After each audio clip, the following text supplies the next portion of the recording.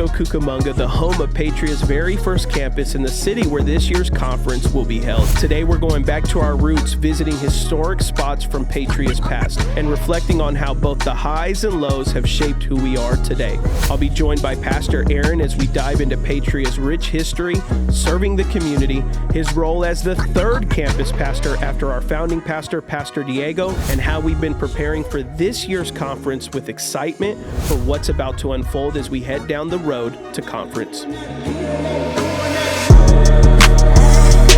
Conference is coming 2025. What can they expect? You know what it feels like, man. Man, you guys just set me up for some trouble. Let's get back on the road.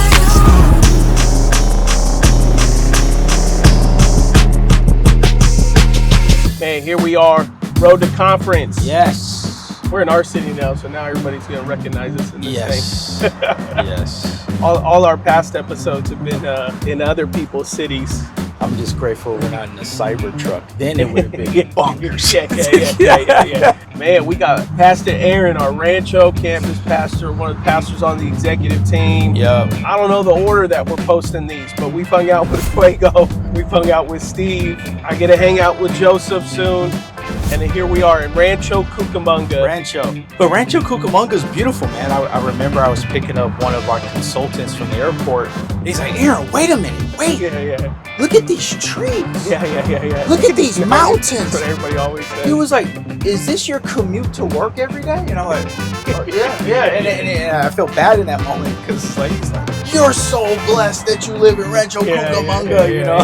Yeah, we take that for granted all the time. For sure. We've been in this city a long time. This year being 2025, 30 years we've been in this city as a church. Not the oldest church in the city, but one of the oldest churches. When we were in this city in the early 90s, I mean, half the land here in this city were not homes. They weren't condos. They were orchards. Yeah. And now you'd be lucky to find an orchard in Rancho Cucamonga. We're heading to one spot right now that has a lot of memories for us in our church. Yeah. Not necessarily positive memories, but that's the thing about being in a space for 30 years is not only do you have great memories, you also have memories that aren't so great. You know, I will say, this is the most focused I've ever seen you drive. Because we roll together. Yeah, we normally roll, and ADHD is on a high. We got music going. We got messages going. Exactly. We're working. We're ready. Text in, email in. I'm locked in, man. It's the best driving I've ever done. You know, we're here in Rancho. We're cruising around Rancho. Pastor Diego obviously was the first pastor of our church. Theoretically, he would have been the first campus pastor of Rancho. I mean, he was leading it. Yeah. You know, around 2017, 18, I came in as the Rancho campus pastor. So from about 2017 to 18 to 2024, I was the Rancho campus pastor. And then now for the past year, you came from Pomona campus, and now you're leading our Rancho campus. Yeah. Which is incredible to see that we have all these generations of campus pastors already in 30 years, just at Rancho alone. Here we are at Milliken Park, when our church was really small in the 90s. This is where we used to have our church picnic every single year. This is a very small park. I had to have been probably about 8 or 9 years old. You know, my dad was our senior pastor, and they had a relay race of running. And there was a point in the grass where it was wet. So my dad took off running full speed, and he went to stop, and he slipped. Yeah. And he broke his vertebrae. Jeez. He had to be what I think was airlifted or something like that out. And they had to put a halo, and he remembers being awake because it was such a bad crack, they couldn't sedate him fast enough to try to secure his vertebrae. So with no painkillers or anything, put screws in his skull and in his back. They had to attach his skull back to his vertebrae with nails and put a halo around his head. For the church, it was, I mean, hi! Hey! Now we're in our city, baby. Yeah, we're in our city. You're in a place long enough, you got those good stories and you got bad stories too. Did he preach in that halo? He did every Sunday. Yeah, because every single Sunday. I wasn't a member of the church then, but I heard the stories. Yep. Same thing 10 years later when he get diagnosed with stage 4 bone marrow and kidney cancer. He took 2 Sundays off while he was on chemo. He still preached every Sunday. He only ever took 2 Sundays off when he had stage 4 cancer. Dude's just a monster. He's built different. That's the first campus pastor. Yeah, exactly. Yeah. That's big shoes to fill. We got to Milliken Park. Yeah, we got to Milliken Park. We just swung a quick little U-ey not really a quick U-E, but we rolled past our church, Patria Rancho, right across from the street. If anyone's part of Rancho, they know the Starbucks over here.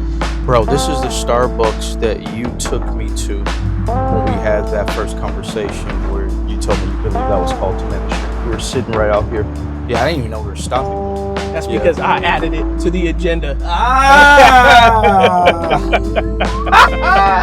This is a special spot right here for me and you. Yeah. I don't think you and I have been back in 9 years since we had. I mean, maybe individually, but not together. Yeah, it's nicer. They got nicer planner now. Yeah. But we sat right here. We sure did. And right now we're gonna be pulling up in a few seconds to really our first campus, which is what we call our Utica campus. Yeah. And we still own it today. We lease it out, but it also houses our generosity center. Yeah. You know, the place where we feed thousands of families every single Saturday. It's the hub for all our generosity centers for all our campuses. 2,200 people are fed every single week, but also in Pomona, over 500 a week. So to see this being spread, and now we're making plans to do that in Alameda, is just incredible to see what God has entrusted us to do. Is this for us right now? What's today? Oh, we're doing a diaper hours. Yeah. Look, what people don't see is there's probably, I don't know, maybe 70 cars lined up. It's just crazy. You and I don't even know what's going on. Yeah. And if you come here on a Saturday, I mean, this line will go for over a mile away. All right. This wasn't part of the plan, but since we saw cars lined up at the Generosity Center, let's go check it out. We might as well roll up on it. The church owns this entire complex right here. So it's called the Abundant Business Park, named after, our original church. And this used to be the church. So no fancy courtyard, no nothing. Coca-Cola factory across the street. People that know the famous story we gotta talk where about I got that. arrested. We'll talk about that when we leave. We'll roll through when we head back to the church. A lot of memories here. And then here we are in our Generosity Center. Hello. Good to see you. Coming to show everybody how amazing this place is, and how amazing you guys are. How are you doing? Fine. I met your mother-in-law. Did you, Betsy? Did she talk to you the whole time, or what? Got the muscles flexing. How's it going, brother? Good to see you, man. Good. How you doing? Good. You're volunteering? You can give you guys gloves and get you guys going here. That'd be great. So we're doing food today, not just diapers. Looks like food's being set up. I mean, what's crazy, you and I, we don't always know everything that's going on in the church. Number one, the outreach center is the best, the generosity center, because they always think we're the most laziest. Anywhere else I go, any campus, any place, everybody's like, Pastor Adam, take a seat. We love you. You're so you here. They're always like, why aren't you doing anything? Get some gloves. Get your knee pads. Get the microphone out. Get over here and pack this bread. That's why we love them. All right, so we're gonna get back in, get on the road. We made a little detour. Yep. We've been made guilty, and we're gonna have to draft an apology. We're gonna have to go. We're gonna have Center. to finish this last shoot and then come back and pack a box. Yeah, I'm gonna have to change clothes and just We have to make a detour. Are you even allowed on the street anymore? We're here. What happened? Hey, it's been expunged. Okay. And Coca-Cola factory. I was probably 12 or 13 years old, and for about a year we were sneaking in on Wednesday nights, and we would get a couple cans here and there. So we jumped the wall. We still somehow set off an alarm or something. We still probably 60 sodas. Next thing you know, we hear sirens and we just take off. We get arrested. We get put onto the car. At that moment, service gets out. Yeah, suffice to say, my dad was embarrassed. I was embarrassed. So that was that. Right there at Utica, our campus in Rancho, we have a Lucky Climber and we have a pickleball court. Part of that was because you just saw the place that I used to take my skateboard and tear up the curb. We would break the doors to get on the roof because we were trying to find something to do. We were at church all day. And so not only is the church a place to, feed people biblically, spiritually, naturally, but our kids are there. And so, man, I want all of our kids to look forward to going to church. It was actually Dave Gibbons that challenged us, have a church that your kids will be proud of going to. I remember he said that in one of his living rooms. And that's what I see when, as we're coming into the Rancho campus, as soon as you come on the campus, you see Christ, you see the Jesus statue. And then right after that, you see community.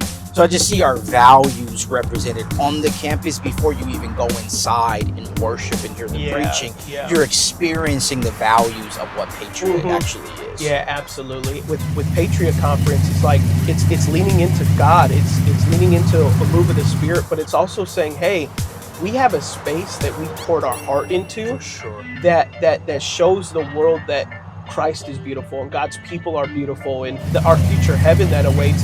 It's a beautiful space that we can expose people that may not even know Jesus fully yet. And that's our vision. Seek the lost, teach the found, and send the disciples. Like Jesus has a compassion to meet us where we're at. So we want to be a church. Now, wherever you're at, we'll meet you there.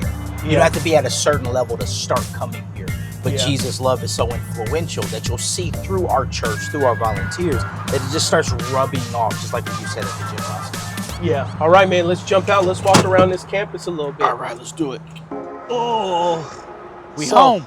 We home. Yep. And then what's dope is last year we were still doing our courtyard renovation. This wasn't open when we had conference last year. Remember last year, this was all It was all walled off. Yeah. This one I'm excited about because this is what we built this for. Not only just for Sundays, but for our conference. Yes. I mean, we expect this place to be bustling on Saturday. For sure. You know, we got our seats and shade, and we got fire pits, and so we got 4 of these, which is so cool because people watch service outside and everything like that. And then we bought a net and put some lighting and made them put concrete instead of grass. Of course we did. You know, and we got a pickleball court now. So we got conference October 11th, 12th, 10th, 11th, 12th. 10th, 11th, 12th, Yep. Friday night, all day Saturday and Sunday. Saturday, we got Breakout. So this whole courtyard's gonna be bustling Saturday morning, Friday night, post-service, post-Rich Wilkerson Jr., hanging out in community. Yep. We got our merch containers that we built. I mean, actually, there's so much from conference since our last one that wasn't here. There are going to be some phenomenal moments inside our sanctuary where people are set free, holy moments. Yeah. But it continues when they come outside of the church, connecting with each other, because we see that every single week. Yep. And we nuanced it with our interview with Fuego and stuff. We got some really, really special merch we're releasing for this. It's really Patria focused. We worked on this whole new coffee container, family coffee coats, a whole new brand of coffee we're releasing. It's gonna be a great time. So if people that don't know much about the conference, what can they expect when they come here? Friday night, it's gonna be heavy on great worship, great preaching. We got Rich Wilkerson Jr., one of the best pastors, preachers in America. And then we have incredible Uncle John Bevere, who's coming. We have incredible worship by Isaiah Templeton. Yes, from Elevation. I mean, that's going to be incredible. But you know what I'm so excited for? The breakout sessions. So we've had to add more breakout sessions because we have so many people buying tickets. For sure. Wherever you're at in your faith journey, we've curated breakout sessions that'll help empower our patriots. And then we're going to have our Patriot Food Festival all in this courtyard, booming from after that session till the evening. All the way to the night. And we've set it up that you don't have to leave. You don't have to go anywhere. We got some surprises that we don't want to tell people. But people coming out of that main session after breakouts will want to stay here. Kids are going to have fun. They're going to have their own conference going on. Our kids conference is going to be phenomenal. My boys loved it last time. Let's get ready, Road to Conference. We got a lot of work to do. That's it. Let's do it. Let's do it.